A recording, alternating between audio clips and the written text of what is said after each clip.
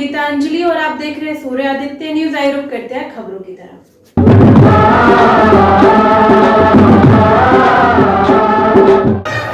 मोहित बेनीवाल हमारे माननीय अतिथि हमारे बीच में पधार चुके हैं।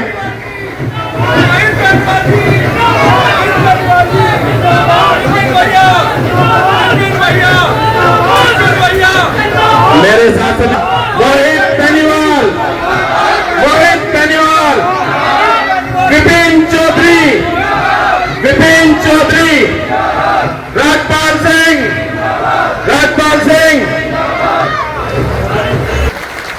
बेटा सामने देखो, हाँ सामने बिल्कुल ऐसे बेटा, हाँ भैया हाथ नीचे।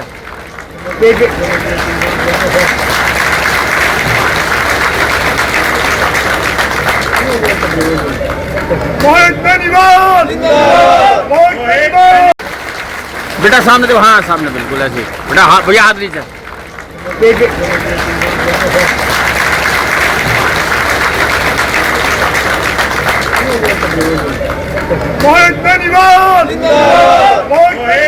हमारे बीच में आए हैं वो कोई आम आदमी नहीं है। ना कि राजनीति में, शिक्षा में भी, व्यापार में भी हर तरफ उन्होंने झंडे गाड़े हैं। उनका नाम इतना ज्यादा है जिन्होंने IIT दिल्ली से अपनी शिक्षा ग्रहण करी, ना केवल ग्रहण करी, वहां से गोल्ड मेडलिस्ट रहे, टॉपर रहे IIT दिल्ली से। लोग IIT दिल्ली में एडमिशन के लिए तरसते हैं। इन्होंने उसको भी टॉप करके हमारे प्रदेश का पूरे का नाम रोशन किया। उसके बाद अमेरिका गए, अमेरिका में पूरा व्यापार चालू किया और व्यापार चालू करते करते उन्हें लगा कि खाली व्यापार से काम नहीं चलेगा, किसी एक जाति या धर्म के लिए नहीं, संपूर्ण समाज के लिए कार्य करने का काम कर रहे हैं। वो जैसा आप सब जानते हैं कितने लोकप्रिय हैं। हमारे क्षेत्रीय अध्यक्ष रहे, फिर प्रदेश उपाध्यक्ष रहे, फिर पार्टी ने उन्हें MLC बनाया और फिर दोबारा से प्रदेश उपाध्यक्ष बनाया। ये उनकी कार्यनिष्ठा, कार्यकुशलता और जिस ईमानदारी से वो अपने कार्य का निर्वहन करते हैं, ये उसी खूबी के नतीजे हैं। और मैं समझता हूं आने वाले समय में पार्टी उनकी कार्यकुशलता को देखकर और आगे बढ़ाएगी, आगे न बढ़ाएगी बल्कि बहुत ऊपर सदन में लेके जाएगी, दिल्ली तक लेके जाएगी, ऐसी मेरी अपेक्षा है।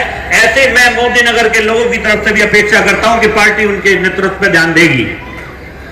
जैसे कि उनके बारे में मैं आपको बता रहा था, उन्होंने आवाज को उन्होंने उठाया, चाहे एक्सप्रेस वे की आवाज हो, चाहे फ्रेट कॉरिडोर की आवाज हो, चाहे हमारे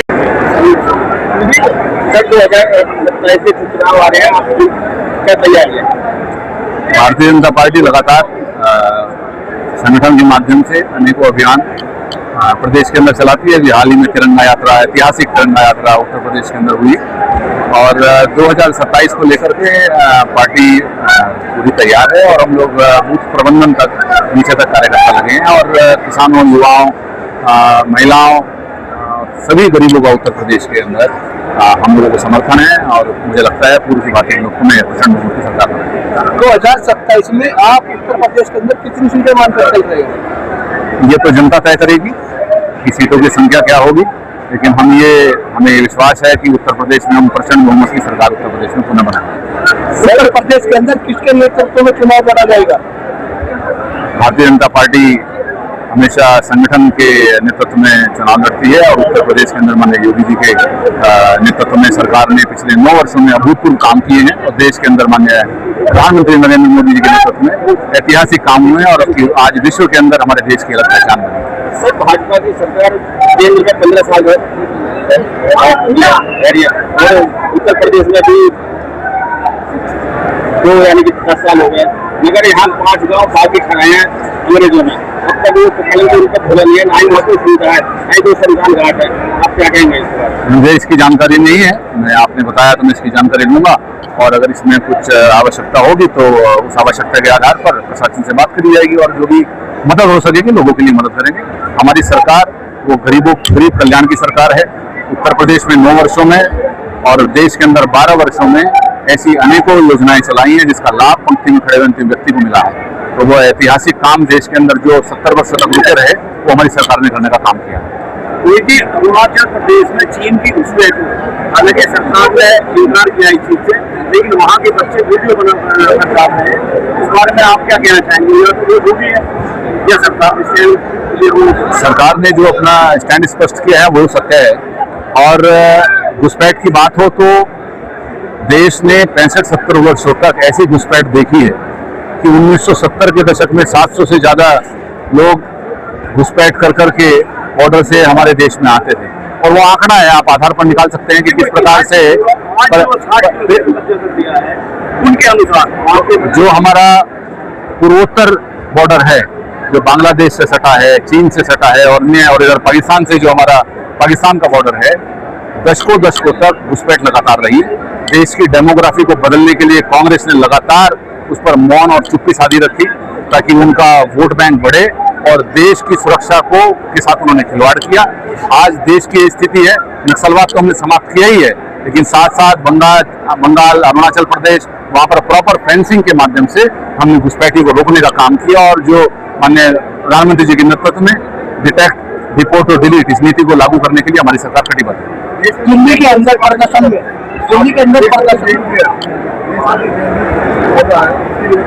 आवाज दोबारा बताइए। जैन जी जनरेशन भी आज इस कार्यक्रम में आप देख सकते हैं, आज हजारों युवक हमारे बीच में आज आए और सभी ने एक मत पूरी ताकत के साथ माननीय प्रधानमंत्री जी का और माननीय मुख्यमंत्री जी का धन्यवाद व्यक्त किया कि किस प्रकार से उन्होंने देश की परिस्थिति को बदलने का काम किया।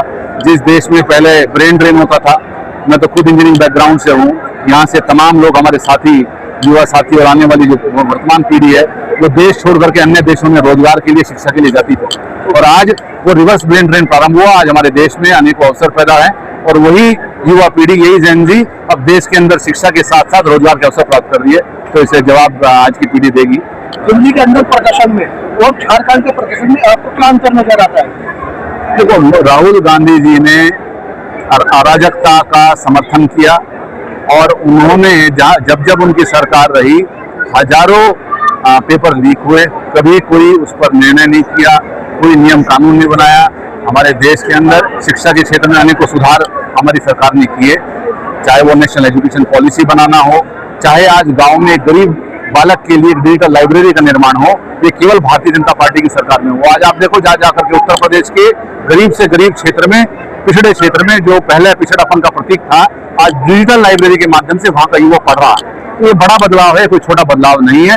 राहुल गांधी जी जब झारखंड के अंदर पेपर लीक होते हैं या झारखंड के अंदर वहाँ उनकी सरकार या उनके गठबंधन वहाँ समर्थन में होती है, तो वहाँ वो चुप्पी साधते हैं और अराजकता को सहयोग करने के लिए वो युवाओं को उकसाते हैं। यह दोहरा चरित्र देश जान चुका है, चलेगा नहीं।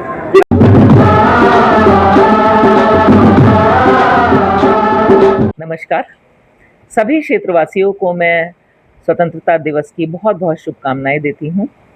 साथ ही साथ मैं आप सभी से कहना चाहूँगी कि हम सभी क्षेत्रवासी अपने घर पर एक तिरंगा ज़रूर लगाएं और इस बार भी अन्य वर्षों की तरह से तिरंगा यात्रा निकाली जा रही है। मोदी नगर शहर में ये यात्रा हमारे मोदी मंदिर से शुरू होगी।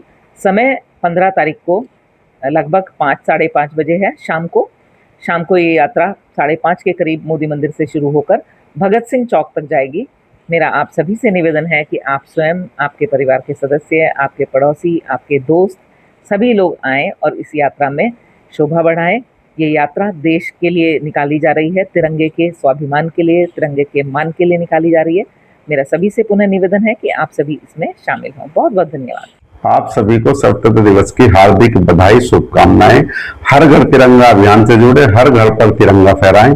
साथ ही हम एक तिरंगा यात्रा का आयोजन 15 अगस्त के दिन शाम 5:30 बजे मोदी मंदिर से भगत सिंह चौक तक कर रहे हैं। उसमें सम्मिलित हों। एक शाम देश के नाम, हम अपने जो वीर जवानों ने जिन्होंने शहीद होकर हमें इस देश की आजादी दिलाई, उसको मनाने का पर्व 15 अगस्त है। हम सभी हर्षोल्लास के साथ, शांति के साथ इस त्योहार को मनाएंगे। साथ ही साथ सबको पुनः स्वतंत्रता दिवस की हार्दिक बधाई, शुभकामनाएं। आज 15 अगस्त को भारत को गौरवशाली इतिहास को याद करते हुए, हमारे स्वतंत्रता संग्राम सेनानियों के त्याग और बलिदान को नमन करते हुए, मैं तहसील मोदी नगर से उप जिलाधिकारी आप सभी को 80वें स्वतंत्रता दिवस की शुभकामनाएं देती हूँ। जय हिंद, जय भारत। नमस्कार, मैं रेत सिंह, तहसीलदार मोदी नगर।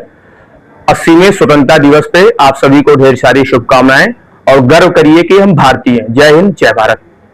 आज के लिए खबर में बस इतना ही। कल फिर होगी आपसे मुलाकात। नमस्कार।